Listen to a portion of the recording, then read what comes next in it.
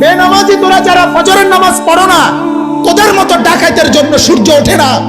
সূর্য ওঠে আমার ওই মাসুম বাচ্চাদের জন্য। যেদিন তাহাজ্জুদ বন্ধ হবে, যেদিন জিকির বন্ধ হবে, যেদিন কোরআন তেলাওয়াত বন্ধ হবে, যেদিন মাদ্রাসার এই দরস বন্ধ হবে, যেদিন এই 8-10 বছরের মাসুম বাচ্চাদের রাতের 4টা বাজে কোরআন তিলাওয়াতের হেফজখানার আওয়াজ বন্ধ হয়ে যাবে, আল্লাহর কসম সেদিন আর সূর্য উঠবে না, চাঁদ উঠবে না। আল্লাহর বান্দারা, আমার শায়েখ আল্লামা মুফতি মুশতাকুন নবী সাহেব বলে, ও মুসলমানেরা, নিজ নিজ বিল্ডিং এর ফাইলিং এর চাইতে নিজ নিজ মহল্লার মাদ্রাসাকে তার চাইতে বেশি গুরুত্ব দিও। মাদ্রাসা থাকবে, তোমার গোটা মহল্লা নিরাপদ থাকবে, কসম খোদা। কারণ আমরা যখন গোটা মহল্লাবাসী ঘুমাই, মাদ্রাসার তালেবে ইলম রাতের 4টা বাজে ঠান্ডা শীত আর কুয়াশার মধ্যে 8-10 বছরের ছোট্ট মাসুম বাচ্চা বছরের 12 মাস আল্লাহকে সেজদা করে তাহাজ্জুদ পড়ে এই কোরআন নিয়া ছোট্ট মাসুম বাচ্চা হাফেজ সাহেবের কাছে সবক শুনাইতে বসে। আর অথচ 40 বছরের 50 বছরের 30 বছরের জোয়ান মানুষ বছরের পর বছর ফজরের নামাজ না পড়ে সারা রাত সকাল 8টা পর্যন্ত ঘুমায়। আছে না এমন নাফরমান? কথা বলেন না কেন? তাহলে ওই নাফরমানদের কারণে সূর্য ওঠে। আরে রাখা, তোরা তো ঘুমে থাকস, তোরা লেগে সূর্য উঠবে কেন? হাদিসে আছে, আল্লাহর নবী সাল্লাল্লাহু আলাইহি সাল্লাম বলেন, জমিনে যেখানেই নাফরমানি হয়, ওই জমিন ওই মাটি আল্লাহকে বলে, আল্লাহ মালিক, আমারে শুধু আমার বিছনাটা একটু পাল্টাইতে দাও। তোমার এই বান্দা নাফরমানি করছে, আমার উপরে দাঁড়ায়া জিনা করছে, ব্যভিচার করছে, মোবাইলের মধ্যে উলঙ্গ ছবি দেখছে ঘন্টার পর ঘন্টা। মাওলা, আমি জমিনের আর সহ্য হয় না, আমারে শুধু একটু অনুমতি দাও আল্লাহ, আমি একটা উল্টানি দেই, আমি শুধু একটা উল্টানি দেই। আমার জমিনের নিচের মাটি উপরে তুলে দেই, উপরের মাটি নিচে নামায়ে দেই। ফাজালনা আলিয়াহা সাফিলাহা, নিচের গুলো উপরে তুলে দেব, উপরের গুলো নিচে নামায়ে ফেলবো, আর তোমার ওই নাফরমানকে ডুবায় লাবো, ধসে ফেলবো। আল্লাহ, আমি কারুনকে জমিনে নামায়ে নিছি, নিচের দিকে টেনে নিছি। আল্লাহ, আমি কওমে লূতকে পুরা বস্তি, পুরা মহল্লা, পুরা এলাকা, তাদের চতুষ্পদ জন্তু জানোয়ার, তাদের ঘর বাড়ি, তাদের আসবাবপত্র, নারী পুরুষ কোলের বাচ্চা সহ আমি জমিন উল্টায়া দাফন করে দিছি। এই নাফরমানকে আমি উল্টায় দিতে চাই। বিশ্বাস করেন, প্রত্যেকটা গুনার পরে জমিন এভাবে আল্লাহর কাছে ফরিয়াদ করে, কিন্তু আল্লাহ তখন বলে, না জমিন, তুমি বানাও নাই, আমি বানাইছি, আমি বানাইছি। চোখ আমি লাগাইছি, নাক আমি লাগাইছি, কান আমি লাগাইছি। এরে বান্দা, আল্লাহ বলে, জমিন, আমি 1 দিন 2 দিনে না, 9 মাস লাগাইয়া তারে তার মায়ের পেটে আমি মাওলা সাজাইছি। এত কষ্টের সাজানো পরে আমি ধ্বংস করি কেমনে? আরে আমি কেমনে রে ধ্বংস করে দেই? এই চোখ তো আমার লাগানো, এই নাক তো আমার লাগানো। আমার বাপ জানেন আপনারা এটা? রব্বুল আলামিন বলে, আমি জমিনের সবকিছু আমার হুকুম দিয়ে বানাই। কুন কুন হও, ফায়াকুন, হয়ে যায়। আল্লাহ বলে, বান্দা, আমি সব হুকুম দিয়ে বানাই, তোরে আমি হুকুম দিয়ে বানাইছি না, আমার নিজের হাতে বানাইছি, হাতে হাতে। খালাকতুহু বিয়াদিয়া, আমার হাতে, কুদরতি হাতে।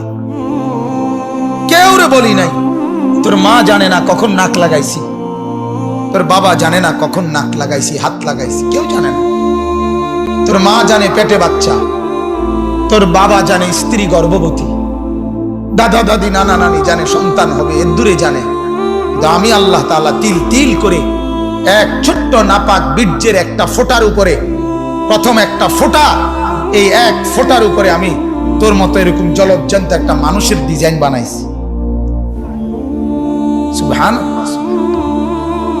এজন্য আল্লাহ বলে, জমিন, ওরে আমি বানিয়েছি, ওকে আমি সাজিয়েছি। ওয়ালাকাদ খালাকনাকুম সুম্মা সাওয়ারনাকুম।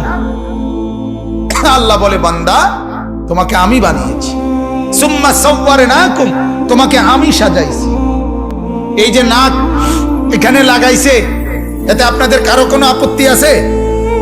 এই যে দুই কান এখানে আল্লাহ তাআলা সেটিং করছে, আপনাদের কারো কোনো আপত্তি আছে? সবাই বলেন। এই যে দুই চোখ এখানে লাগাইছে, কারো কোনো আপত্তি আছে? এখানে আপনার এইখানে ঘাড়, এই ব্যাপারে কারো কোনো আপত্তি আছে? এই হাতের আঙ্গুলগুলোর ব্যাপারে কারো কোনো আপত্তি আছে?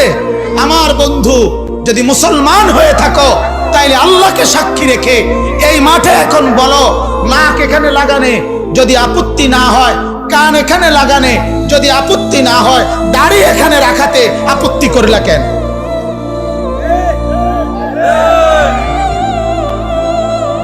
বলো না ফরমান।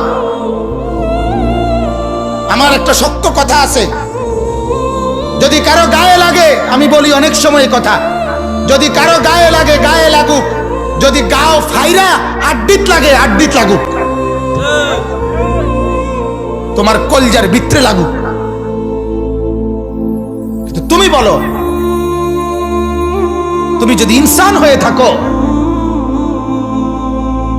তাহলে তুমি বলো, এই নাকের ব্যাপারে কোনো আপত্তি নাই, এই কানের ব্যাপারে কোনো আপত্তি নাই, চোখের ব্যাপারে কোনো আপত্তি নাই, হাতের ব্যাপারে কোনো আপত্তি নাই, পুরা দেহের ভিতর বাহিরের কোন অঙ্গের ব্যাপারে কোনো আপত্তি করলা না, এখানে এসে আপত্তি করলা কেন? আর আপত্তি কইরা এটা সুন্দর হয় নাই, এই ডিজাইনটা, এরপরে সুন্দর ডিজাইন বানাবার জন্য আল্লাহকে বাদ দিয়া কার কাছে গেলা? নাফিত্তার কাছে? ছি ছি ছি ছি ছি। তোমার রুচি আলটা করা দরকার। কিতা রুচি? রুচি এটা ইসিজি করা দরকার। কথা বলেন না কেন? তুমি তুমি কার কাছে গেলা? কোন আনতে কই গেলা? গা কই থেকে কই নামা গেলা? মালিকের ডিজাইনের উপরে নতুন করে সেটিং দিতে গিয়া নাফিত্তার কাছে গেলা? এত নিচে নামা গেলা? ছি ছি ছি ছি। ওয়ালাকাদ খালাকনাকুম সুম্মা সাওয়ারনাকুম, আল্লাহ বলেন আমি বানিয়েছি, আমি সাজিয়েছি। বানিয়েছে কে? সাজিয়েছে কে? মালিকের সাজের উপরে হাত দিও না, বাপ হাত দিয়েন না। অনুরোধ অনুরোধ করলাম, বিবেক থাকলে ভাইবেন। দাড়ির হুকুম কি পরে ভাববেন, আগে কার ডিজাইনে হাত দিছেন ওটা চাইয়েন, আর ওটা বাদ দিয়ে কার থেকে ডিজাইন লইছেন না ফিরতে কইছে এবারে দারুন সেরকম কি কি রকম আগের মতো, আরে সেরকম কিতা? সেরকম শব্দের অর্থ কি? কথা বলেন, আগের মতো না তো, তো সেরকম কিতা? দারুন লাগ, দূরে বেটা দারুন, আগে যে ওদের লাগতো এই ওদের লাগতে আছে, দারুন লাগতেছে কিতা? কথা বলেন। আল্লাহ আমাদেরকে মাফ করে দেন। কাউরে লজ্জা দেওয়া আল্লাহর কসম আমার উদ্দেশ্য না, বিবেককে শুধু জাগ্রত করা, এটা মাকসাদ। ভুল হতেই পারে, গুনাহ আমারও আছে। কথা বলেন না কেন? আল্লাহর কসম গুনাহ আমারও আছে, গুনাহ আব্দুল কাদের জিলানীরও আছে। গুনাহমুক্ত কেউ না আমরা, কিন্তু আপনার বিবেককে আমি শুধু জাগাইতে চাইলাম। আপনার বিবেককে আপনি বলিয়ে আল্লাহ বুঝার তৌফিক দান করুন। অতএব আমার ভাই, প্রত্যেকটা নাফরমান পাপী আল্লাহ তাআলা জমিন তার বিরুদ্ধে আবদার করে, আল্লাহ দেয় না। আল্লাহ কয় না। আমরা কিতাবে পড়ছি তাফসিরে, ইউনুস আলাইহিস সালাম যখন ইউনুস নবী ওনার কওমের ব্যাপারে বেশি রাগ হয়ে গেছে, আল্লাহ এরিয়াকে বেশি বেজাল্লা, আল্লাহ হইতো না, আমি বুঝছি এটি হইতো না, আপনি এগুলার কি দিয়ালান, ধ্বংস করে দেন, তো আল্লাহই তো ফয়সালা দিবে। কিন্তু ইউনুস নবী বলছে, আরে আল্লাহ তখন বললেন, হে ইউনুস, ওই যে কুমার মানে মাটি দিয়ে পাত্র বানায়, মাটির পাতিল, তুমি ওই লোকটার কাছে একটু গিয়া, মানে ওনাকে একটা কুমারের কথা বলছে আর কি, যে তার কাছে যাও, গিয়ে তারে বলবা, ভাইয়া আপনার হাতে বানানো মাটির একটা পাতিল আপনি একটু ভেঙে ফেলেন তো। ইউনুস নবী গিয়ে বললেন, বলাতেই ওই কুমার ধমক দিয়ে উঠছে, এই মিয়া, আমার হাতের যত্ন করা মাটির পাতিল আমি বানিয়েছি, যা আমি সেটা ভাঙবো কেন? আমার বানানো। ইউনুস নবী আল্লাহকে বলেন, আল্লাহ ভাঙতে তো চায় না। বলছে কি বলে? বলে যে নিজের হাতে বানায়া ভাঙবে কেন? রব্বুল আলামিন বলে, ইউনুস রে, আমার হাতে বানিয়ে আমি ধ্বংস করব কেন? এদেরকেও তো আমি বানাইছি। এজন্য আল্লাহ তাআলা অপেক্ষা করে বাপ 90 বছর।